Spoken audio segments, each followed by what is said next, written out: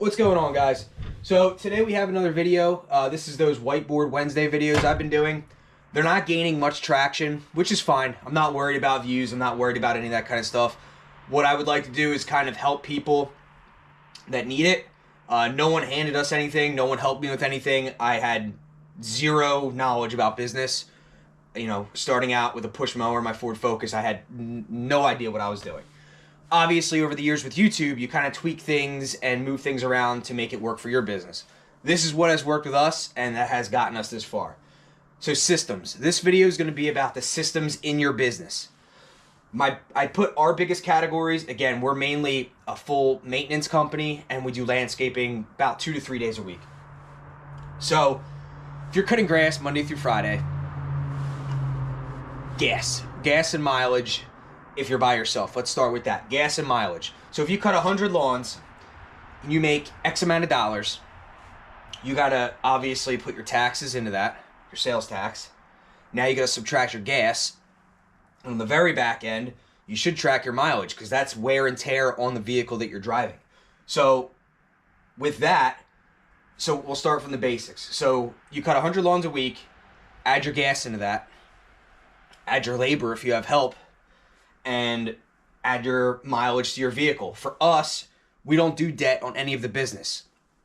So my mileage, I add up every quarter and every week sometimes, and you have to put X amount of dollars away for a truck in the future. Just because you have a vehicle paid off does not mean you don't have to save for another vehicle, you know, for the X amount of years. That's great that you can pay it off, or great you can pay cash. But guess what?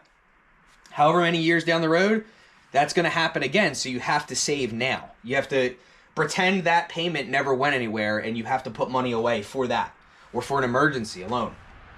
So that's gas. And this is going to be very basic. So every weekend, you factor in that previous week, just to keep your numbers in line. And you can see, like, wow, okay, we made $1,000 cutting grass last week, and I spent $900 in gas, just throwing a number. So obviously you're driving way too far and you're paying labor. Your prices are not right. So that circles, and that's just very basic. Labor. You should know your labor before you get into doing much work to begin with. So your labor, you have to factor that in too. If you keep picking up lawns and you're working 6-7 days a week, and you got, you know, weekend help. Some years we have just weekend guys, and some years everyone's working 6-7 days a week. It depends who you have and what they want to do. So you got to factor all that in. If they're working over 40 hours, if they're working 10 hours a day, just because you're picking up all these lawns and now that 8-hour day turns into 10-hour days, your labor's going to go up. And with that's going to go your gas and everything we just talked about, your cost. So you have to factor all that in. And then materials. Materials is not a big one for us. We do hundreds of yards of mulch every year. Hundreds of yards of mulch. So we do a lot of mulch, a lot of stone, things like that. Even in materials, I kind of, even though it's not a material, I include dump fees. We don't have many dump fees besides branches, but we don't do much tree branch work. You know, our clippings, we move in with the grass clippings, so it all mixes up. But materials, and that circles back to what job you're doing. With mulch, you have to have your man-hour rate, whatever that is. Whatever your yard of mulch costs, you need to factor that into the job of, okay, these beds are already edged, they're already weeded, X amount of dollars for your mulch, whatever you pay per ton, and then, or yard, I'm sorry, whatever you pay per yard or stone, yard or ton, and then you got to add in your prep work to cover that material. You have to cover that material plus some because you're driving back and forth. Just because you spent $20 on a yard of mulch does not mean you put it down for $60 a yard and you make $40. That's not how it works. You have to factor in that you did the quote, you're going to put 1 yard of mulch down, and you're going to drive and get that mulch, however long that takes also, and spreading the mulch. And then, oh, you forgot to pull weeds. You forgot to edge the bed. Factor all of that into whatever, so your material is covered plus. So materials is a big one. You know, you can really have guys lose themselves when it comes to materials. So You need to make sure that you are charging enough to cover your expenses and to make sure you're making a profit at the end of it. So again, I don't go too deep in the materials. We just do a lot of mulch and a lot of stone. You can definitely get a system there where, you know, if you pay $40 or whatever the cost is, if you pay $10 a yard, you got to double that. And then your install, and then it you know, needs to be doubled at least. And plus, depending on the labor of the job. So routes. A big thing too with systems is your route density. You know, you need to really, and yes, you can go on one of these CRMs or whatever they are and put in the addresses and they'll do it for you. Or if you're not lazy, you'll have your list of lawns, go on Google Maps, see where you start, and then just get the ones close to that route. It's close to that property at the end or beginning of each day. It's that simple. It's very simple. And your route density is very important because that'll show you how many properties per day you can do.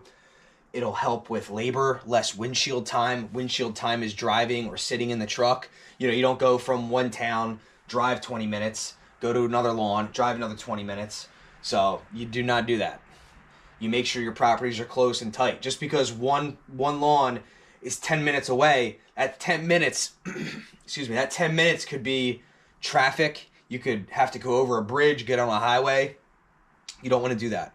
You want to stay close to wherever you're at. Now, if you're growing, obviously you want to pick up whatever you can when you can, but just make sure you're smart about that drive time because that adds up. You're not getting paid for that.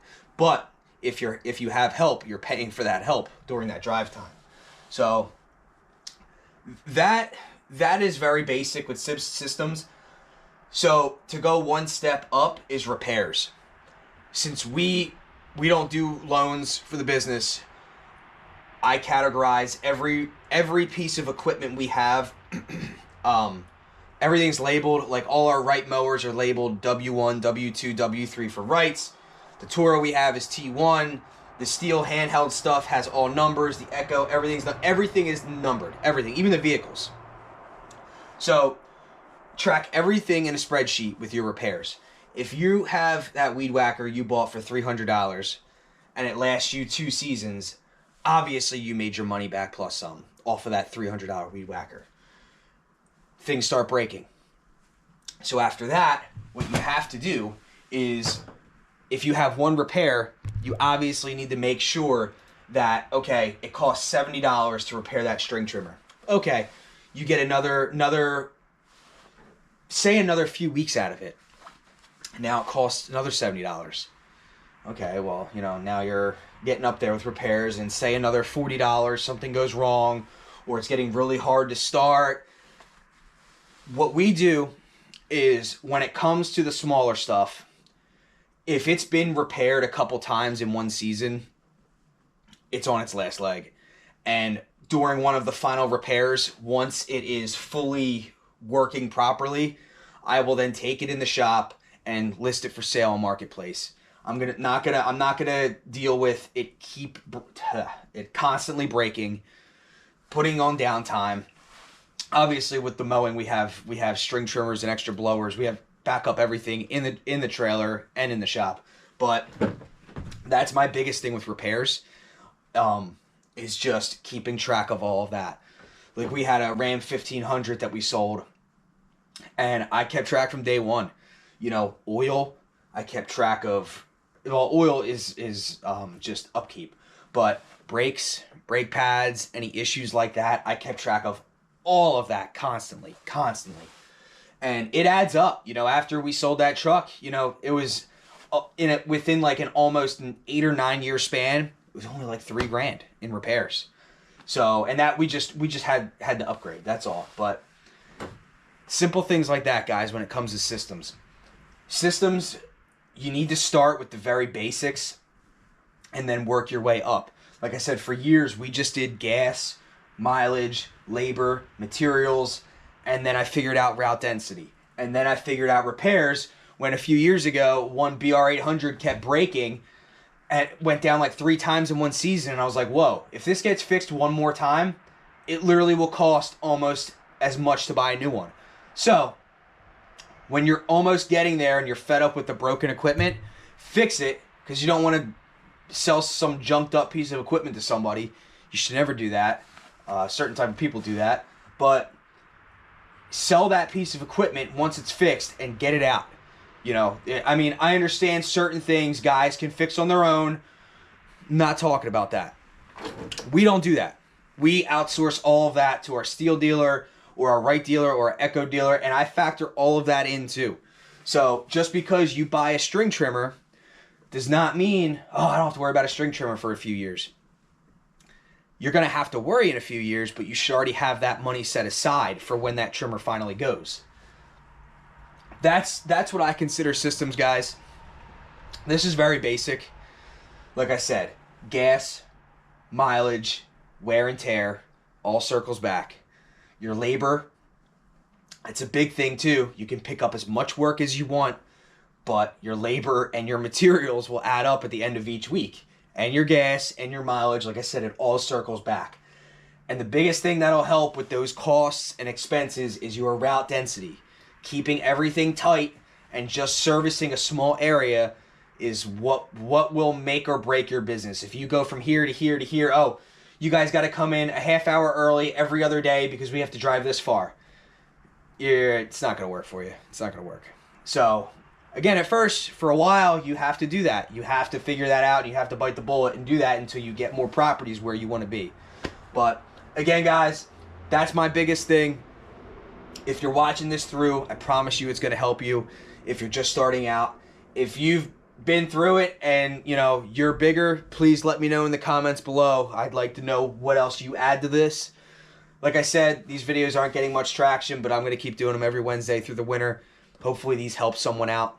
So again, to break this systems video down real quick: gas, mileage, wear and tear, labor, materials, route density, and track your repairs. Track all of this. I'm going to break it all down in the comment section on the video. So hope this helps somebody. If it does, please let me know. Leave a comment below. If there's something I'm missing, please let me know. I'd like to add it into ours as well. So thanks for watching, guys.